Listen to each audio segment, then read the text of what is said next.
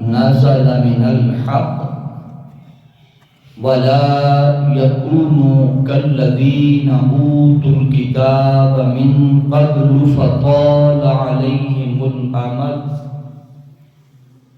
فقست قلوبهم وكثير منهم فاسقون صدق الله مولانا العظيم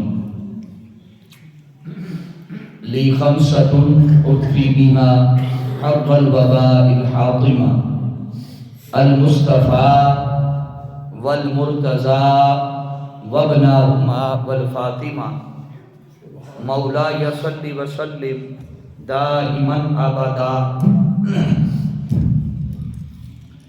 على حبيبك خير الخلق كلهم يا رب بالمصطفى بلغ مقاصدنا واغفر لنا ما مضى يا واسع الكرم إن الله وملائكته يصلون على النبي يا أيها الذين آمنوا صلوا عليه وسلموا تسليما محبت و عقیدت کے ساتھ کوئی لمحہ خاموش نہ رہے. آقا علیہ السلام کی بارگاہ میں ہدیہ درود و سلام الصلاۃ والسلام علیک یا رسول اللہ وعلی آلک و اصحابک یا سیدی یا حبیب اللہ. انتہائی واجب الاحترام معزز و محتشم معزز سامعین و ناظرین،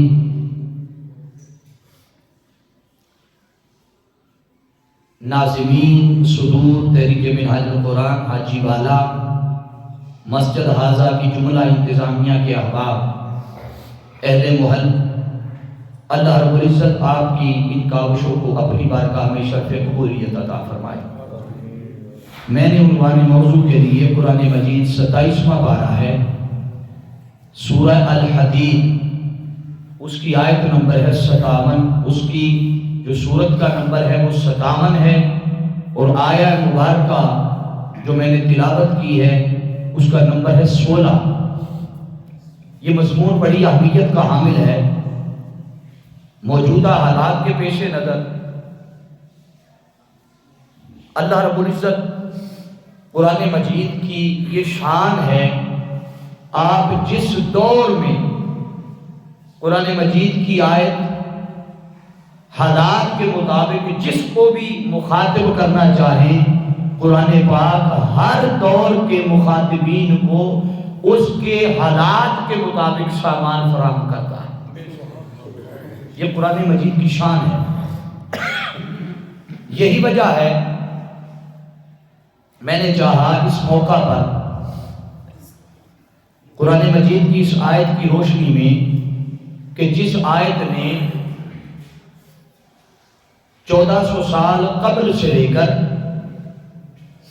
اب تک کا جتنا زمانہ گزرا ہے، اس دور میں جس نے بھی اس آیہ مبارکہ کے ساتھ تعلق جوڑ لیا اور اس آیت کو توجہ سے سنا، اس پر عمل کیا، وہ اگر کہیں گرا پڑا تھا تو قرآن مجید کی اس آیت نے ایسا کرم کیا، اس کی زندگی کو ایسا بدلا کہ اسے زمین پہ گرے ہوئے کو اٹھا کر عروج اور آسمان کی بلندیوں تک پہنچا دی.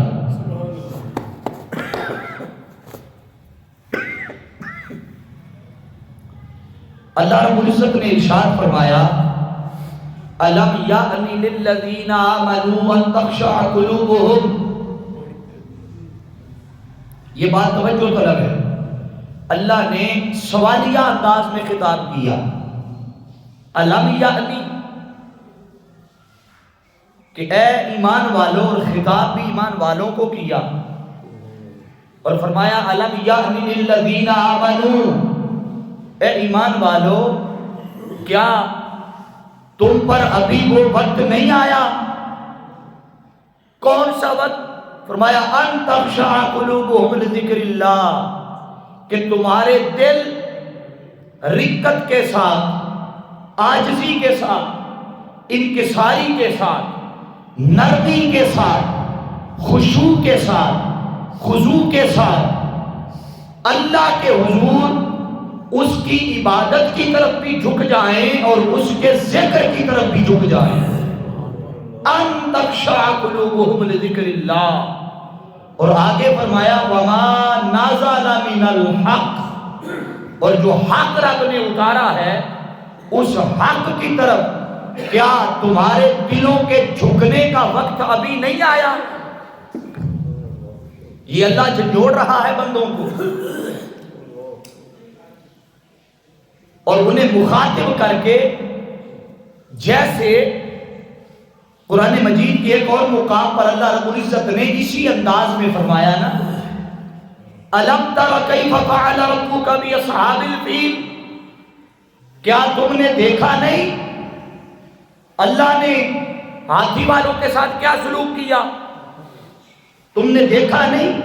اسی انداز میں یہاں پوچھا جا رہا ہے کہ أَلَمْ يَعْنِ لِلَّذِينَ آمَنُوا، اے ایمان والو تم کس شے کا انتظار کر رہے ہو؟ کہاں گھوم پھر رہے ہو؟ کیا وہ ابھی وقت نہیں آیا؟ اب اس آیہ مبارکہ کے شان نزول کے حوالے سے بڑی توجہ طلب بات ہے. آپ بھی سوچ رہے ہوں گے کہ یہ بات ایمان والوں کو کہنے کی کیا ضرورت پیش آئی، انہیں کیوں خطاب کیا اللہ نے؟ اس پر امام اعمش روایت کرتے ہیں، آپ فرماتے ہیں کہ جب مکہ سے ہجرت کر کے مدینہ لوگ چلے گئے تو بہت سارے لوگ ایسے بھی تھے کہ وہ جس کیفیت میں، جس حالت میں مکہ میں رقت کے ساتھ، اخلاص کے ساتھ، عاجزی کے ساتھ، انکساری کے ساتھ، خشوع و خضوع کے ساتھ وہاں عبادت کرتے تھے، جب ادھر پہنچے مدینہ پاک میں تو یقینی بات ہے حالات بدلے، سہولتیں میسر آئیں، آسانیاں پیدا ہو گئیں. تو جب آسانیاں پیدا ہو گئیں تو دلوں کی وہ کیفیت بھی نہ رہی، دلوں کی وہ پہلے والی کیفیت بھی بولیے نہ رہی، کیفیت بدل گئی. وہ رقت نہ رہا، وہ خشوع نہ رہا، وہ خضوع نہ رہا.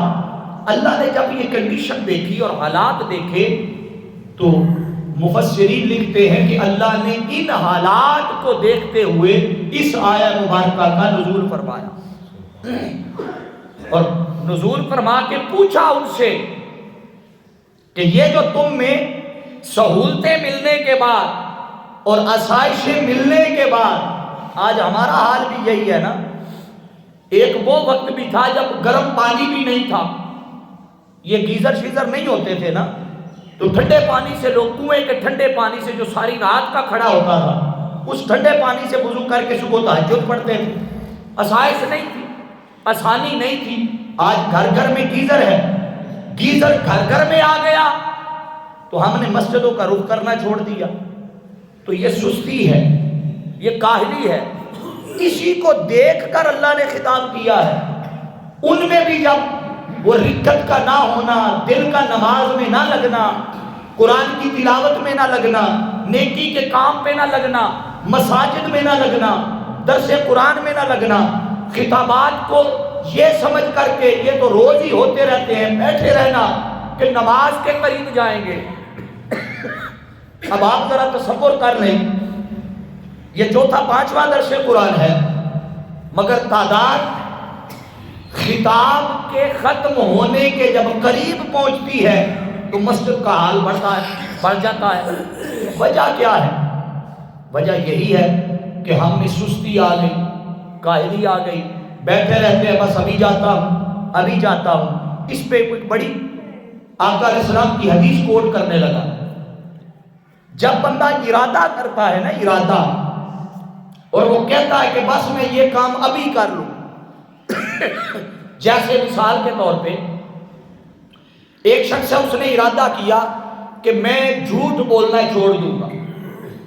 کیا بولیے ذرا؟ جھوٹ بولنا، بس میں کل سے جھوٹ نہیں بولوں گا، یا پرسوں سے جھوٹ نہیں بولوں گا، یا میں جو ملازمت کر رہا ہوں 3-4 سال میری نوکری رہ گئی ہے میں یہ بچوں کی شادیاں بھی کر لوں، مکان بھی بنا لوں، یہ ڈیرا بھی بنا لوں، پھر میں یہ ملازمت چھوڑ دوں گا یا فلاں کام کرنا چھوڑ دوں گا یا رشوت لینا چھوڑ دوں گا یا کسی کا حق مارنا چھوڑ دوں گا یا 2 نمبریاں کرنی چھوڑ دوں گا، یہ وہ ارادہ کرتا ہے۔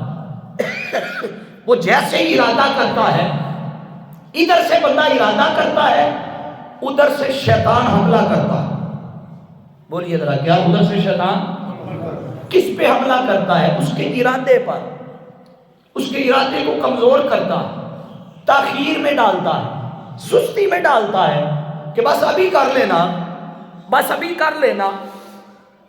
وہ کرتے کراتے آخر ایسا ہوتا ہے کہ بندہ اس نیک عمل سے محروم رہ جاتا ہے۔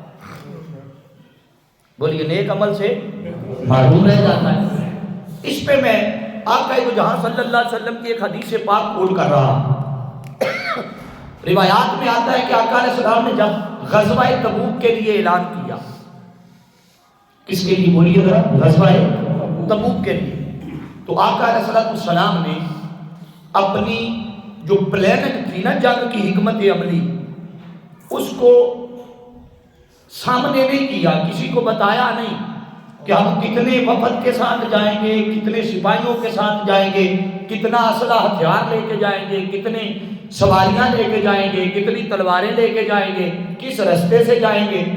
آپ نے حکمت عملی یہ اپنائی، چونکہ وہ سفر بڑا طویل تھا، 1 مہینے کا سفر تھا۔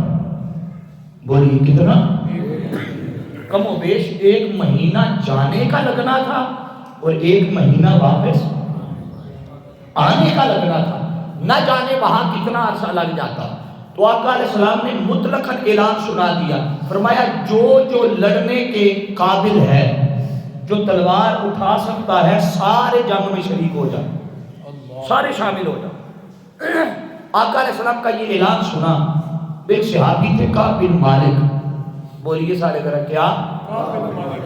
کعب بن مالک بہت بڑے تاجر تھے، بہت بڑے۔ آپ نے بھی حضور علیہ السلام کا یہ فرمان بھی سنا، اعلان بھی سنا، تیار ہو گئے، سواریاں خرید لی، فصل پک چکی تھی، شدت کی گرمی،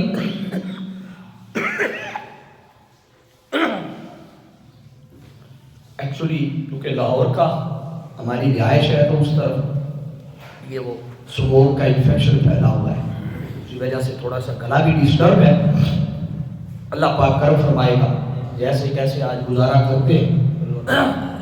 آقا علیہ السلام نے جب یہ اعلان سنایا تو حضرت کعب بن مالک نے اعلان سن لیا، تیاری کر لی، فصل پکی ہوئی تھی، اور فصل بھی وہاں کیا ہو سکتی ہے ذرا سوچیں، کھجور کی فصل۔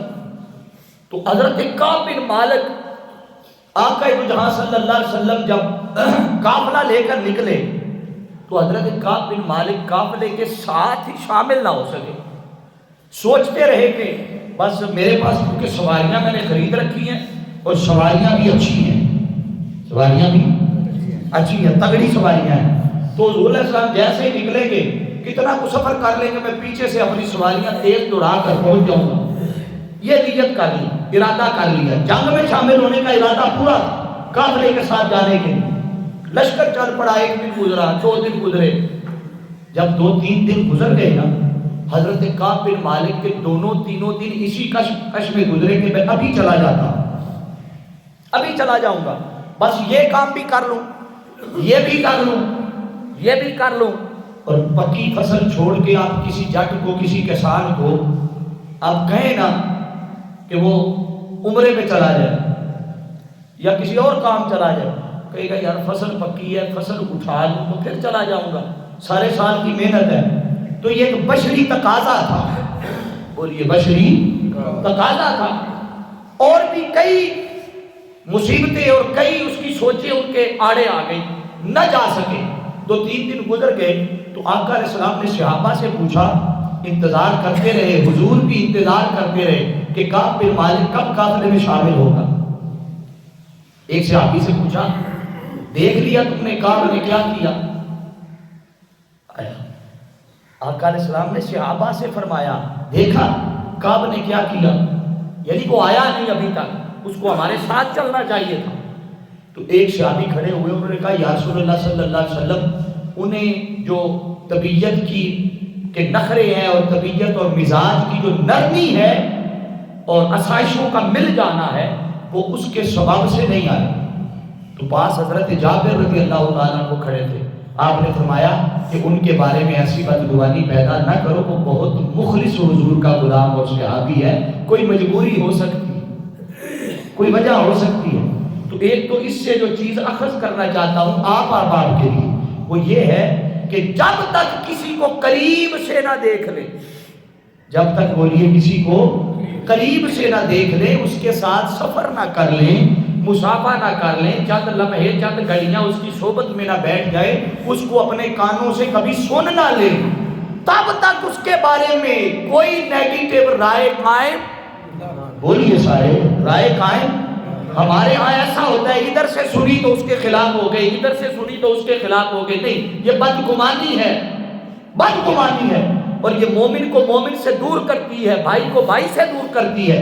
تو وہ صحابی حضرت جابر فرمانے لگے کہ نہیں، وہ مخلص صحابی ہے، ان کے بارے میں ایسی بات نہ کہو. قصہ مختصر، آقا علیہ السلام پہنچ گئے، معاملات ہو گئے. وہ یہ سرحد ہے شام کی سرحد، مدینہ طیبہ سے تبوک کی طرف جائیں تو شام کی سرحد ہے، وہاں جنگ تھی ان کے ساتھ، رومیوں کے ساتھ، اور وہ 1,00,000 کا لشکر لے کے نکل پڑا.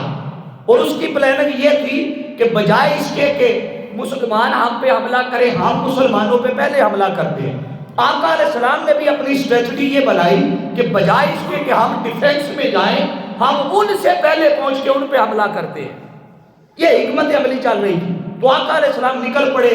کچھ صحابہ 3 صحابی ایسے تھے بڑے نامور جو غزوہ تبوک میں شامل نہ ہو سکے، ان میں کعب بن مالک کی بات سنا رہا، اور نتیجہ اینڈ پہ اخذ کر کے میں اپنی بات کو ختم کروں گا، مگر یہ بات بڑی اہم ہے. جب وہ نہ پہنچ سکے قافلہ واپس چل پڑا، معاملات ختم ہو گئے. جنگ بندی کے بعد، جنگ ختم ہونے کے بعد حضور واپس پلٹے. جب واپس آ رہے تھے تو اب حضور کے پہنچنے کی خبریں مدینہ پہلے پہنچ رہی تھی. حضور کے پہنچنے کی خبریں مدینہ پہلے پہنچ رہی تھی. جو خبریں مدینہ میں پہنچتی تو حضرت کعب بن مالک فرماتے ہیں جیسے جیسے مجھے پتہ چلتا کہ حضور واپس آ رہے ہیں، تو تقریباً 1 مہینے کا جو سفر تھا، 1 مہینہ وہ لگائے، 1.5-2 ماہ اسی کشمکش میں وہ گزار گئے کہ آج جاتا ہوں کل جاتا ہوں. بس سستی ہو گئی، تاخیر ہو گئی، کاہلی ہو گئی، شامل قافلے میں بولیے نہ ہو سکے. اب تو وہ قافلہ واپس آ رہا تھا. جب واپسی کی خبریں ملی تو اب شرمندگی ہونے لگ گئی، احساس ہونے لگ گئے، ندامت ہونے لگ گئی کہ آقا علیہ السلام کو کس منہ سے جواب دوں گا، حضور کو کیا بتاؤں گا، آقا کو کیا ریزن بیان کروں گا. حضور علیہ السلام کا معمول تھا کہ جب وہ واپس آتے تو سب سے پہلے مسجد میں جا کر 2 نفل ادا کرتے. بولیے کیا؟ 2 سفر سے واپس آتے تو کیا کرتے؟ 2. اس کا مطلب کیا ہوا؟ آپ بھی جب کہیں سفر پہ جائیں تو جاتے ہوئے بھی 2 نفل پڑھ کے سفر پہ نکلے تاکہ اللہ آپ کا سفر آسان کرے. اور جب واپس پلٹے تو واپسی پر بھی سب سے پہلے اللہ کے گھر میں آ کے 2 نفل ادا کرے تاکہ وہ رب کی رحمتوں کے نزول کا سبب بھی بن جائے، آقا کی سنت پہ عمل بھی ہو جائے. تو آقا علیہ السلام نفل ادا کرنے کے لیے جب مسجد میں تشریف لائے تو وہ جو صحابہ روایات میں آتا ہے کم و بیش 80 افراد تھے جو حضور کے ساتھ شامل نہ ہو سکے. بولیے کتنے؟ 80 افراد. تو آقا علیہ السلام کی بارگاہ میں وہ باری باری آتے اور آ کر عرض کرتے یا رسول اللہ صلی اللہ علیہ وسلم وہ میرا یہ مسئلہ ہو گیا تھا، میں نہیں جا سکا، میں بیمار ہو گیا تھا، میرا فلاں کام نکل آیا تھا. جیسے بندہ بہانے بناتا ہے نا، بہانے بناتا ہے تو ہر کوئی اپنا اپنا بہانہ، اپنی اپنی ریزن، اپنی اپنی مجبوری بتاتا رہا. حضرت کعب بن مالک کی باری آ گئی. اب توجہ سے سنیے گا. کعب بن مالک نے خیال کیا کہ یہ سارے کوئی کہانی سنا رہے ہیں، کوئی سٹوری سنا رہے ہیں اور بہانے لگا رہے ہیں، تو میں تو ایسا نہیں کروں گا، میں تو ایسا نہیں کروں گا. میں تو آقا علیہ السلام کی بارگاہ میں یہ جسارت نہیں کر سکتا، جھوٹ نہیں بول سکتا. آقا دو جہان کو بذریعہ وہی اگر بعد میں پتا چل گیا تو کہاں منہ دکھاتا رہوں گا. حضرت کعب بن مالک آقا علیہ السلام کی بارگاہ میں گئے اور سیدھے سیدھے عرض کیا یا رسول اللہ صلی اللہ علیہ وسلم میں باتیں بنانے کو میں بھی بنا سکتا ہوں، مجھے بھی بڑی باتیں آتی ہیں، بہانے لگانا چاہوں تو میں بھی لگا سکتا ہوں، مگر یا رسول اللہ صلی اللہ علیہ وسلم معاملہ یہ ہے کہ بس مجھ سے سستی ہو گئی، کاہلی ہو گئی، جو میں آپ کے ساتھ جنگ میں شریک نہیں ہو سکا۔ آقا تو جہاں صلی اللہ علیہ وسلم نے جب اس کی یہ بات سنی تو حضور علیہ السلام نے فرمایا اچھا چلو باقیوں کو آقا علیہ السلام نے معاف فرما دیا، وہ جو آگے باقی، مگر یہ 3 صحابہ اکرام ایسے تھے کہ آقا علیہ السلام نے فرمایا انتظار کرو، اللہ کی بارگاہ سے حکم آئے گا تب معافی ملے گی۔ روایات میں آتا ہے کہ 2 دن 4 دن 5 10 20 30 40 50 دن گزر گئے، کتنے؟ بولیے ذرا اونچا بولیے، 50 دن گزر گئے۔ اب وہاں پہنچنے میں کتنا وقت لگا؟ بولیے ذرا، مہینہ واپسی کا، 50 دن، یہ 4 مہینے تو ہو گئے نا، 4 مہینے، نہ جانے وہاں کتنے دن لگے، کتنے دن کے بعد معاملہ، یہ جو 3 4 ساڑھے 4 5 مہینے کا معاملہ تھا۔ اب آقا علیہ السلام نے ان صحابہ کے بارے میں معاشی بائیکاٹ کا حکم دے دیا کہ کوئی شخص ان سے کسی قسم کا کوئی لین دین نہ کرے۔ اب توجہ کریں ذرا، احتجاج شروع ہو گیا، کیا؟ بولیے ذرا، یہ احتجاج ہے نا ایک قسم کا کہ کسی کے ساتھ کسی قسم کا لین دین نہ کرنا۔ حضرت کعب بن مالک فرماتے ہیں میں لوگوں سے سلام کرتا وہ میرے سلام کا جواب نہ دیتا، میں کسی کی طرف دیکھتا وہ منہ پھیر کے میرے پاس سے گزر جاتا، میں پریشان ہو گیا، حتیٰ کہ یہودیوں تک خبر پہنچ گئی۔ یہ میں بندے کی اس سستی کا نتیجہ بتانے لگا ہوں کہ جو بندہ آئے روز جس کو اللہ خطاب کر کے فرما رہا ہے نا ان تخشع قلوبهم لذکر اللہ، تیرے ہوش و حواس کہاں ہے، کیا تجھ پہ ابھی وہ وقت نہیں آیا، وہ نتیجہ نکالنے لگا ہوا۔ آقا تو جہاں صلی اللہ تعالیٰ علیہ وسلم اب 3 ساڑھے 3 4 5 ماہ کے قریب گزر گیا، سوشل بائیکاٹ چلتا رہا، یہودیوں کو خبر ہو گئی، انہوں نے خط لکھا حضرت کعب بن مالک کے نام، اور خط لکھ کے فرمایا کہ کعب ہم نے سنا ہے تیرا نبی تجھے بڑا ذلیل کر رہا ہے، اپنی بارگاہ سے نکالا ہوا ہے، کسی کو کوئی تجھ سے بات نہیں کرنے دیتا، لین دین کے معاملات بھی نہیں کر رہا، تو ایسا کر ہمارے ساتھ شامل ہو جا ہمارے قافلے میں، ہم تجھے عزت بھی دیں گے، منصب بھی دیں گے، مال و دولت سے بھی نوازیں گے۔ حضرت کعب بن مالک نے جب خط پڑھا تو روایات میں آتا ہے وہاں کسی کا کوئی تندور جل رہا تھا، تندور، حضرت کعب بن مالک نے وہ خط تندور میں ڈالا اور ڈال کر جلا دیا اور حضور کی بارگاہ میں چلا گیا۔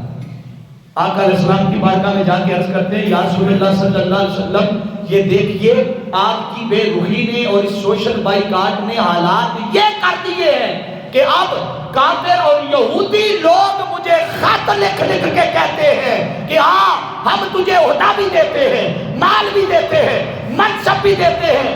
آقا دیکھیے میں بے وفا نہیں ہوں، آپ کا در چھوڑ کے نہیں جا سکتا، وہ معاملہ مجھ سے سستی ہو گئی تھی، کاہلی ہو گئی تھی جو میں آپ کے ساتھ شامل نہ ہو سکا۔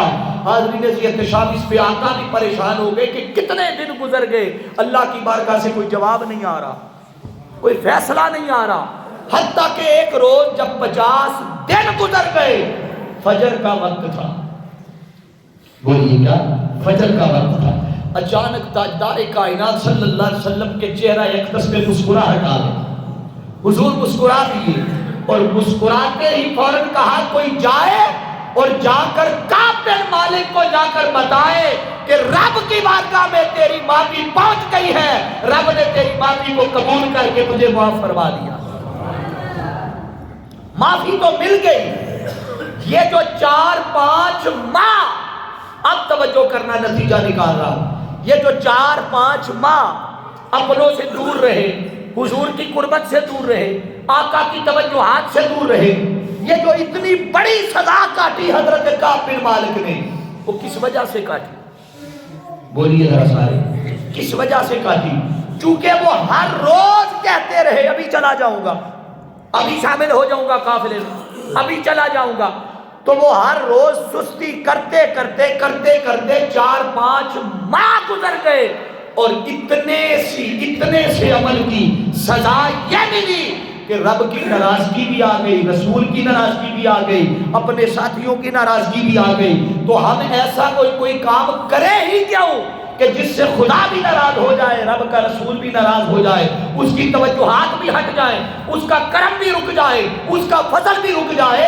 آج معاشرے میں یہ بیماری سب سے بڑی بیماری ہے۔ ہم جو ہی کام کرنے کے لیے سوچتے ہیں کہ بس میں ابھی نماز کے لیے نکلتا ہوں، میں قرآن کی تلاوت کے لیے نکلتا ہوں، میں سجدے کے لیے نکلتا ہوں، میں جمعے کی نماز کے لیے نکلتا ہوں، میں خطاب سننے کے لیے نکلتا ہوں، کوئی اچھی بات ملے گی ہی نا۔ ادھر سے کوئی کام نکل آتا ہے، کوئی ادھر سے کام نکل آتا ہے، میں یہ بھی کر لوں، میں یہ بھی کر لوں، میں یہ بھی کر لوں۔ قرآن انہیں مخاطب کر رہا ہے۔ قرآن انہیں فرما رہا ہے الم یأن للذین آمنوا ان تخشع قلوبهم لذکر اللہ، کیا تم پہ ابھی وہ وقت نہیں آیا کہ تمہارے دل عجز کے ساتھ، انکساری کے ساتھ، خشوع کے ساتھ اور خضوع کے ساتھ اللہ کی بارگاہ میں عبادت کی طرف بھی جھک سکے، وما نزل من الحق، اور جو حق نے اتارا ہے اس حق کی طرف بھی جھک سکے۔ اس سے مراد اللہ کا ذکر بھی ہے، اللہ کی عبادت بھی ہے۔ بولیے اللہ کا ذکر بھی ہے اور اللہ کی عبادت بھی ہے۔ اور آگے قرآن بڑی توجہ طلب بات ہے جو فرما رہا ہے۔ یہ بات کہنے کے بعد یہاں بات رک نہیں گئی، اب یہ جو آیا مبارکہ ہے، آپ ذرا تاریخ اسلامی کی کتابیں اٹھائیے اور تفاسیر اٹھائیے، 2 واقعات بڑے اہم آپ کو ملیں گے۔ ایک واقعہ اسی آیت کے تناظر میں کہ اس آیت نے کیسے لوگوں کی زندگیاں پکڑ کر بدل دی۔ یہ جو آیت میں نے آج تلاوت کی ہے خطاب کے لیے، سیدنا عمر فاروق رضی اللہ تعالیٰ، نام تو سب نے سنا ہوگا نا، 22 لاکھ مربع میل پر حکومت کرنے والے مسلمانوں کے وہ خلیفہ ہیں۔ تو سیدنا عمر فاروق رضی اللہ تعالیٰ کو ایمان اور اسلام لانے سے پہلے آپ کو یاد ہوگا آقا علیہ السلام کے کتنے بڑے دشمن تھے، حتیٰ کہ ایک روز اس دشمنی پر بھی اتر آئے کہ ہاتھ میں ننگی تلوار لے کر آقا علیہ السلام کے در دولت کی طرف بھاگ کر جا رہے تھے۔ رستے میں کسی نے روک لیا اور روک کر پوچھا بتا اتنی جلدی کس چیز کی ہے، کہاں جا رہا؟ تو سیدنا عمر فاروق رضی اللہ تعالیٰ فرمانے لگے معاذ اللہ استغفر اللہ، آج محمد کا کام تمام کر دوں گا۔ اس شخص نے کہا ادھر بعد میں جانا، پہلے اپنے گھر کی خبر لے۔ جب واپس پلٹے اپنے گھر کی دہلیز کے سامنے، تو گھر کے اندر سے قرآن کی تلاوت کی آواز آ رہی تھی، اور جو آیت قرآن کی تلاوت کی جا رہی تھی وہ یہی آیت تھی الم یأن للذین آمنوا ان تخشع قلوبهم لذکر اللہ، کہ تم پہ ابھی وہ وقت نہیں آیا کہ تمہارے دل اللہ کے ذکر کی طرف مائل ہو سکے۔ اس قرآن کی آیت کو سننے کی دیر تھی، دل کی دنیا بدل گئی، دل کی کایا پلٹ گئی۔ قرآن کی آیت بتا رہی ہے کوئی انہماک سے سنے، کوئی توجہ سے سنے تو یہ قرآن اگر کافر توجہ سے سنے تو اس کی تقدیر بدل دیتا ہے۔ ارے مومن تو مصطفیٰ کا امتی ہے، اگر تو قرآن توجہ سے سنے تو سوچ تیرے گھر پر رب کی کتنی رحمتوں کا نزول ہوگا۔ آج ہم قرآن کو بھول گئے، قرآن کی تعلیمات کو بھول گئے، قرآن کے احکامات کو بھول گئے، اور ادھر حالات کیا ہے کہ کافر سنتا ہے تو رب دولت ایمان سے نواز دیتا ہے، گناہگار سنتا ہے تو اٹھائیے تصوف کی کتابوں میں آپ کو واقعہ ملے گا، صوفیاء نے لکھا ہے اس کو کہ حضرت فضیل ابن عیاض اپنے زمانے کے بڑے ڈاکو تھے۔ ڈاکہ ڈالنا بھی جو ایک جرم ہے، بہت بڑے ڈاکو تھے، لوگ کانپتے تھے نام سن کر فضیل ابن عیاض کا۔ مگر ہوا کیا، ایک رات ایک قافلے کو لوٹنے کے لیے گئے تو قافلے میں ایک حافظ قرآن تھا، حافظ قرآن۔ کسی نے کہا کہ آپ کس کے علاقے میں آ گئے ہو، تمہیں خبر ہے یہ فضیل کا علاقہ ہے، وہ تو کسی کو بخشتا نہیں ہے، بہت بڑا تگڑا ڈاکو ہے۔ تو وہ حافظ قرآن کھڑا ہو گیا، اس نے کھڑے ہو کر یہی قرآن کی آیت پڑھی الم یأن للذین آمنوا ان تخشع قلوبهم لذکر اللہ، کہ اے ایمان والو تم پر ابھی وہ وقت نہیں آیا کہ تمہارے دل اللہ کے ذکر کی طرف خشوع و خضوع ہو کر اس کی عبادت اور اس کے ذکر کی طرف جھک جائیں۔ حضرت فضیل ابن عیاض فرماتے ہیں کہ میں نے جیسے ہی قرآن کی یہ آیت سنی تو اچانک میرے دل کی دنیا بھی بدل گئی۔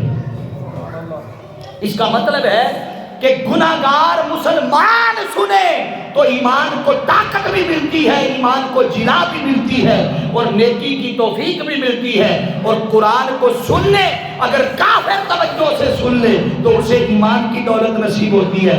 آج ہم ہیں کہ ہم نے قرآن کی تعلیمات کو بھلا دیا، آج ہم ہیں کہ رسول کی تعلیمات، ارے ہمارے لیے کوئی زیادہ کچھ تو نہیں رب نے بھیج دیا تھا، دو ہی تو ماخذ بنا کے بھیجے تھے سیکھنے کے لیے، دو ہی تو رستے بتائے تھے، کوئی رستے زیادہ تو نہیں تھے۔ تو بندہ یہ کہتا پھرے کہ وہ رستے زیادہ تھے، مجھے سمجھ نہیں آئی کس پہ جانا ہے۔ نہیں، دو ہی رستے دیے۔ پہلا رستہ قرآن، بولیے سارے کیا ہے؟ آج اٹھا کے ایک بار بولیے کیا ہے؟ قرآن۔ اور دوسرا رستہ سنت مصطفیٰ، بولیے دوسرا رستہ سنت مصطفیٰ۔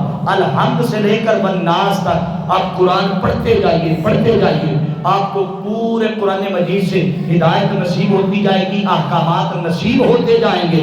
اب آپ قرآن کہتا جائے گا نماز پڑھتے جاؤ، قرآن کہتا جائے گا روزے رکھتے جاؤ، قرآن کہتا جائے گا صدقات و خیرات دیتے جاؤ، قرآن کہتا جائے گا انفاق فی سبیل اللہ کرتے جاؤ، قرآن کہتا جائے گا اللہ کی راہ میں جہاد کرتے رہو، قرآن کہتا جائے گا کہ غریبوں پر خرچ کرو، یتیموں پر خرچ کرو، یہ قرآن کہتا جائے گا۔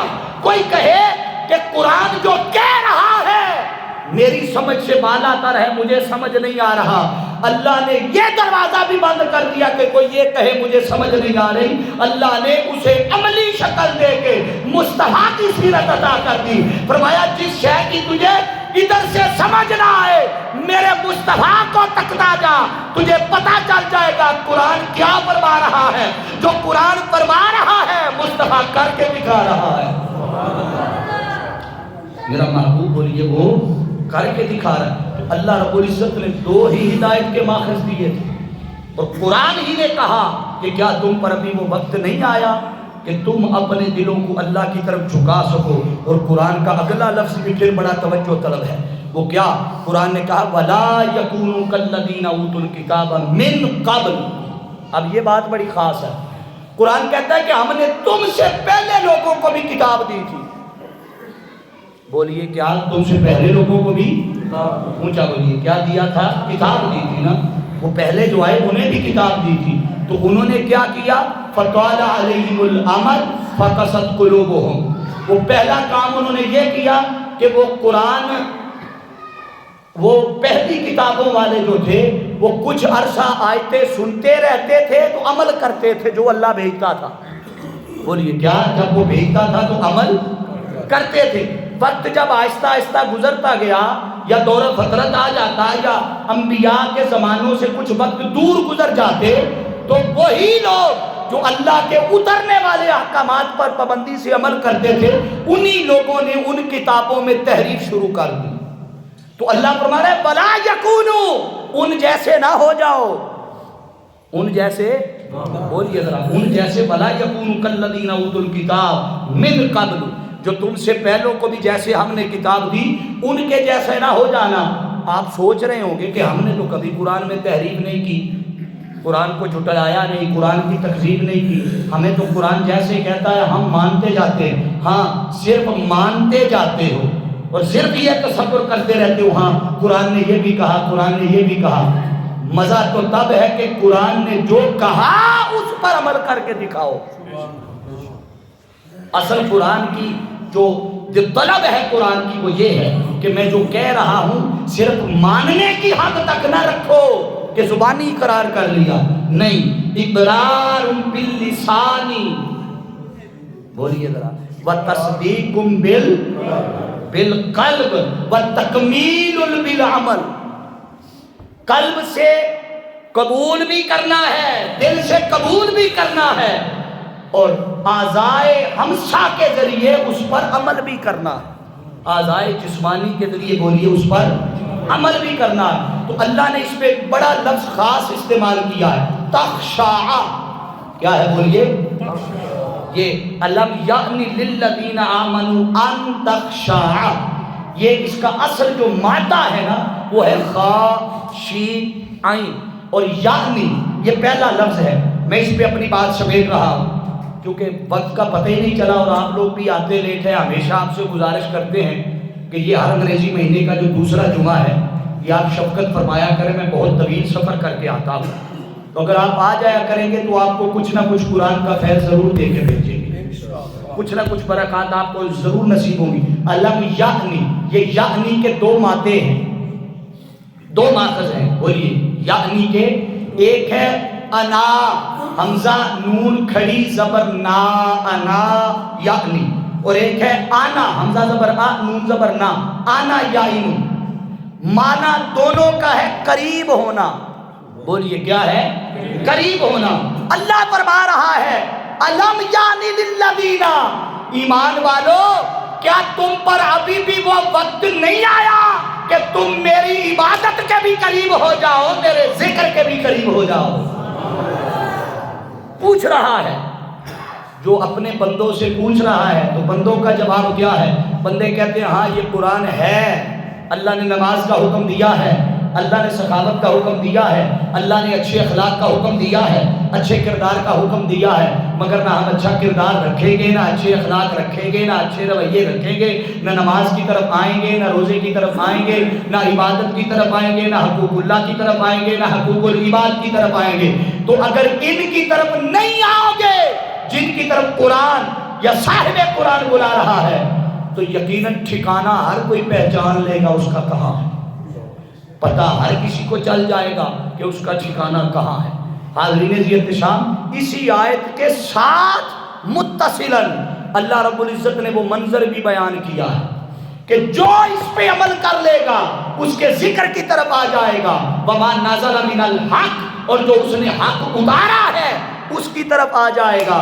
تو قرآن کہتا ہے یوم تری المؤمنین والمؤمنات، پھر منظر اس دن دیکھنے والا ہوگا کہ جس دن ساری کائنات محشر سجا ہوگا، انبیاء ہوں گے، ان کی امتیں ہوگی، ان امتوں کے اولیاء ہوں گے، ساری کائنات کھڑی ہوگی، اور جو مصطفیٰ کے حقیقی غلام ہوں گے، آقا کی اطاعت کرنے والے، حضور کی اتباع کرنے والے، پیروی کرنے والے، قرآن پڑھنے والے، اچھے اخلاق والے، اچھے کردار والے، جب وہ اللہ کے حضور پیش ہوں گے انہیں تاج بھی پہنائے جائیں گے، جنت کی خوشخبریاں بھی دی جائیں گی۔